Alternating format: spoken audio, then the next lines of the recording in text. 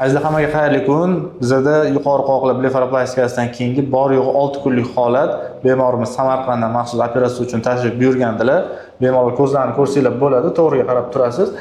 Ko'zlarida klassik blefaroplastika o'tkazganmiz. Bularning asosiy shikoyatlari ko'zlarida ikki xillik mavjudligiga va undan tashqari yoshlarga yosh qo'shib qo'yishiga, ya'ni terilar o'sha kiprikka qarab osilishni boshlagan edi va biz bu operatsiyani 40 daqiqada o'tkazib, mahalliy og'riqsizlantirish ostida mana shunaqa chiroyli natijaga erishganmiz. Bunaqa natija hammada individual, ya'ni terini organizmi holatiga va ko'rsatmalarimizga amal qilishlariga qarab juda ham tez va mana shunaqa chiroyli holatda namoyon bo'ladi. O'zlaridan ozgina fikr eshitamiz. Natija yoqdimi? Natijaga gap yo'q. Men kutganimdan ham juda ham zo'r natija bo'ldi. Sizga kattakon rahmat. Uydagilarga hammaga yoqdimi? Rahmat. Qiynalmadingizmi? Yo'q, og'riqlarsiz yaxshi o'tdi. Zo'r. Natija yoqqanidan xursandmiz. Sizlarga ham shu natija kerak bo'lsa, albatta qabulimizga kutib qolamiz. Bemalol murojaat qilaverasizlar. Hammaga yaxshi yashang.